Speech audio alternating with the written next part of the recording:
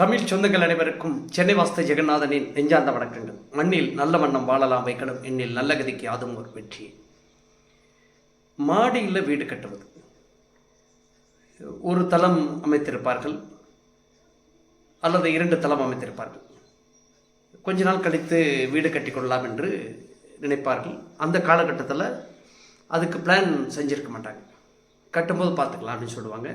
ஒரு சில மக்கள் மாடியில் மட்டும் அறை கட்டணும்னு நினைப்பாங்க. அதுபோல் இருக்கக்கூடிய இடங்களில் வாஸ்து ரீதியாக எப்படி மாடி கட்டிடங்களை கட்ட வேண்டும்?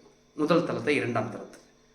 முதல் தளத்தில் நம்ம ஒரு வீடு மட்டும் கட்டுறோம், தரைத்தளத்தில் ஃபுல்லாக கட்டிடுறோம். மாடியில் ஒரு அறை மட்டும் ஏற்படுத்தி கொள்ளலாம் அப்படின் போது தெற்கு சார்ந்த தென்மேற்கோடு இணைத்து கட்ட வேண்டும். இது முதல் விதி.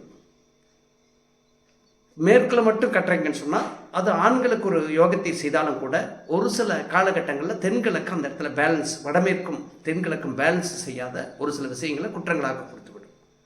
ஆக அப்படி கட்டும் பொழுது மேற்கில் மட்டும் கட்டக்கூடாது, தெற்கோடு இணைந்து கட்ட வேண்டும் ஒரு அறையை அமைக்கும் பொழுது.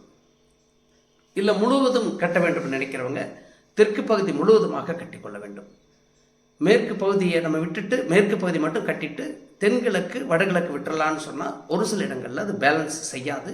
அது சரியான முறையில் அமைக்க வேண்டும். ஒருவேளை திசை மாறி இருந்தால் 20-25 டிகிரிகள் மாறி இருந்தால் அது குற்றத்தை செய்யாது.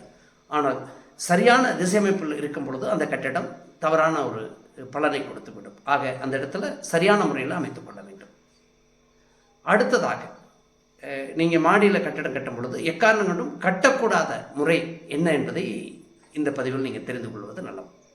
எக்காரணம் கொண்டும் ஒரு படிக்கு நீங்கள் கூண்டு அமைக்கிறீர்கள் என்று சொல்லும் பொழுது கிழக்கு சுவரை ஒட்டியோ வடக்கு சுவரை ஒட்டியோ எக்காரணம் கொண்டும் படிகளுக்கான ஒரு அறை, தனிப்பட்ட அறையை அமைக்கக்கூடாது. மற்ற இடங்களில் காலி இடமாக்க விடக்கூடாது. அப்படி படி அமைக்க வேண்டும் என்று சொன்னால் தெற்கு மத்தியோ மேற்கு மத்தியோ அமைத்துக்கொண்டு அந்த இடத்துல அந்த படிக்கான ஒரு கூண்டை நீங்கள் தாராளமாக அமைத்துக் கொள்ளலாம். இல்லை என்று சொன்னால் இந்த தவறுகளை செய்யக்கூடாது. ஒரு சில இடத்துல பண்ணியிருப்பாங்க, வடமேற்கில் படி போடலாம்னு சொல்லிட்டு வடமேற்கு பகுதியை மட்டும் உயரப்படுத்துகிற நிகழ்வு இருக்கும். அந்த நிகழ்வையும் எக்காரணம் கொண்டும் செய்யக்கூடாது. அதே போல் தென்கிழக்கு மூலையில் ஒரு படியை அமைத்து கொண்டு தென்கிழக்கு மூலையில் ஒரு கூண்டு அமைப்பு ஏற்படுத்தி ஒரு சில இடங்களில் அட்டையை போட்டிருப்பாங்க, சிமெண்ட் சீட்டை போட்டிருப்பாங்க, அந்த கலர் சீட்டை போட்டிருப்பாங்க.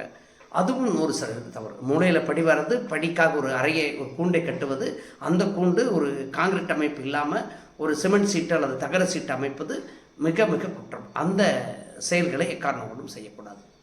அதே சமயம் கிழக்கு மத்திய பாகத்திலோ வடக்கு மத்திய பாகத்திலோ எக்காரணம் கொண்டும் அந்த ஒரு அறைகள் வரக்கூடாது. ஆக மாடியில் நீங்கள் தனிப்பட்ட முறையில் வெளிப்படி அமைத்துக்கொண்டு ஒரு படிகளை ஒரு அறையை அமைக்கிறீர்கள் என்று சொன்னால் தெற்கு சார்ந்த தென்மேற்கில் அமைக்க வேண்டும். இல்லை என்றால் அமைக்கக்கூடாது.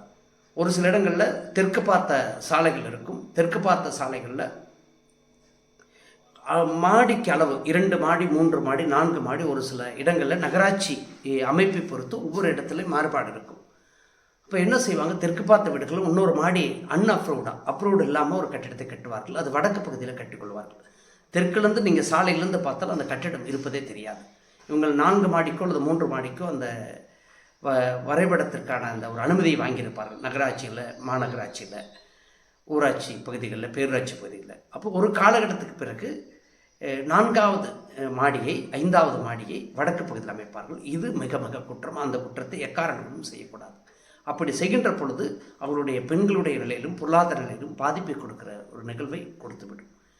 அதே போல் மேற்கு சாலை இருக்கும். மேற்கு சாலை இருக்கும் பொழுது 4 மாடிக்கோ 5 மாடிக்கோ அனுமதி இருக்கும். 6வது மாடியோ 5வது மாடியோ கிழக்கு புறத்தில் தனியாக பாதி கட்டிடத்துக்கு அமைத்திருப்பார்கள். அங்கே ஒரு குடியிருப்பு இருப்பது போல ஒரு 2 வீடுகளை ஒரு வீடுகளை வைத்துக் கொள்வது போல ஒரு அமைப்பை ஏற்படுத்தியிருப்பார்கள். அதுவும் வாஸ்து ரீதியாக 100% தவறு.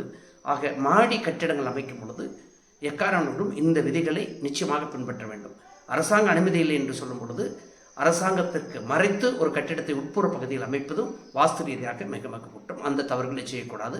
அப்படி கட்டுகிற பொழுது நீங்கள் அது ஒரு வடக்கு பார்த்த சாலை இருக்கிறது, கிழக்கு பகுதியில் சாலை இருக்கிறதுன்னு சொன்னால் தாராளமாக 5வது மாடியும் 6வது மாடியும் நீங்கள் மேற்கு புறத்திலோ தெற்கு புறத்திலோ அமைத்துக் கொள்ளலாம். அது வாஸ்து ரீதியாக தவறு கிடையாது. ஆக தெற்கு பார்த்த சாலை இருக்கிற மேற்கு பார்த்த சாலை இருக்கிற இடங்களில் இந்த தவறுகளை செய்துவிட வேண்டாம். இதுதான் மாடியில் கட்டிடம் கட்டுகிற ஒரு முறை. மீண்டும் ஒரு நல்ல வாஸ்து கருத்தோடு சந்திப்போம். நன்றி, வணக்கம்.